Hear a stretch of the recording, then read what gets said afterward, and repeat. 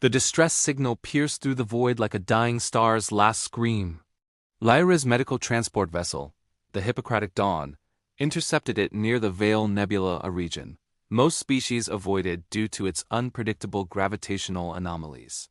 The message was fragmented, desperate, encoded in a dialect she recognized as Valorian, the language of the apex predators who ruled the Eastern Quadrant. "This is Pack Leader Fenric of the Crimson Fang. Our young, the Fade Sickness. We are losing them. Any who can hear this, we beg." Lyra's hands moved before her mind fully processed the words. She redirected her ship toward the source, ignoring the proximity warnings that screamed about gravitational shear zones. Her medical AI, MEDI-7, voiced its concerns in that perpetually calm tone that somehow always sounded judgmental. "Dr. Lyra, I must advise that entering Valorian territory without clearance constitutes a Class A diplomatic violation. The Valorians have explicitly forbidden outsiders from..." "Override," Lyra said, her fingers dancing across the navigation console. "Medical emergency protocols supersede diplomatic restrictions under Galactic Convention 7 Alpha.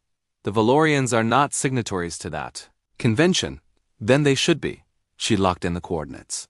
"Besides, they called for help. That's consent enough from me." 20 minutes later, the Hippocratic Dawn materialized above a moon designated Valor 3. The surface bristled with defensive installations weapons that could vaporize a capital ship before its shields could activate. Lyra transmitted her medical credentials and waited, her heart hammering against her ribs. The response came in a voice heavy with authority and desperation. "Fenric himself. Human vessel, you respond to our call? We did not expect. Your kind are fragile. Why would you come?" Lyra activated the visual feed.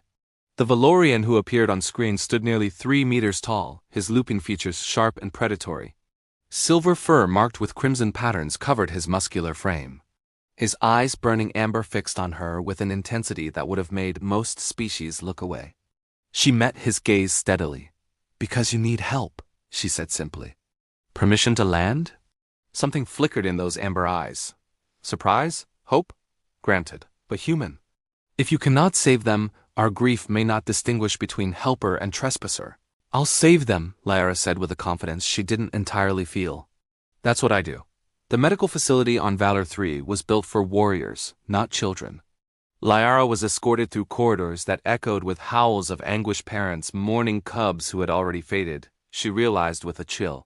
Fenric led her personally, his massive form moving with lethal grace despite the weight of command and sorrow that seemed to press down on his shoulders. 43 young have succumbed in the past rotation," Fenric said, his voice rough. "Another 72 are failing. Our physicians cannot identify the cause. It spreads despite quarantine. Our strongest bloodlines are being erased before they can even speak their first Hun oath." They entered the isolation ward. Lyra's breath caught. Dozens of Valorian cubs lay on medical slabs, their small bodies trembling with fever. Their fur, which should have been glossy and vibrant, was dull and patchy. Mournful whimpers filled the air. Parent warriors stood vigil by their young, their predatory eyes dim with helplessness. Lyra immediately began scanning the nearest cub with her medical tricorder. The readings made her frown. MEDI-7. Cross-reference these symptoms with the xenobiology database. Look for zoonotic pathogens, autoimmune cascades, and environmental toxins. Searching, the AI responded. No matches in known Valorian pathologies. Fenric watched her work with an expression caught between hope and suspicion. Our best scientists have analyzed everything. What can a human possibly see that we cannot? Lyra didn't look up from her scanner. Sometimes the problem isn't what you see, it's what you assume. She moved to another cub, then another, her fingers flying across her equipment. A pattern was emerging. "Tell me about your recent territorial expansions. New worlds colonized in the last cycle?" 3 systems, Fenric said. "Why does this matter?" "Humor me." "Any mining operations? Industrial development?" Valor 7. "Rich in heavy metals. We established refineries 2 cycles ago." Lyra's eyes widened. "Show me the supply chain. What products from Valor 7 have been distributed here?" Within minutes, she had her answer. A new nutrient supplement for weaning cubs, manufactured using minerals from Valor 7, had been distributed fleet-wide. When Liara analyzed a sample, she found trace amounts of thallium compounds, elements the Valorian medical database had never thought to screen for because they were harmless to adults of their species. But cubs, with their developing neurological systems, were exquisitely vulnerable. It's heavy metal poisoning, Liara announced. Thallium specifically. Your cubs are being slowly poisoned by the very supplements meant to make them strong. Fenrick's expression shifted from confusion to horror to rage in seconds. Our physicians should have. Your physicians didn't know to look for it, Liara interrupted gently. Humans dealt with industrial poisoning for centuries before we reached the stars. We learned these patterns the hard way. Now I need chelating agents immediately, and we need to start 4 therapy on every affected cub within the hour. We have no such agents in our medical stores. Then we synthesize them. Liara was already opening her ship's pharmacy database. My ship carries the compounds. MEDI7, begin replication of dimercaprol and EDT. Maximum production rate. That will exhaust our medical reserves, the AI cautioned. Do it. For the next 18 hours, Liara worked without rest. She moved from cub to cub, calculating dosages, administering treatments, monitoring responses. Fenric remained at her side, occasionally carrying equipment or restraining cubs too fevered to understand they were being helped.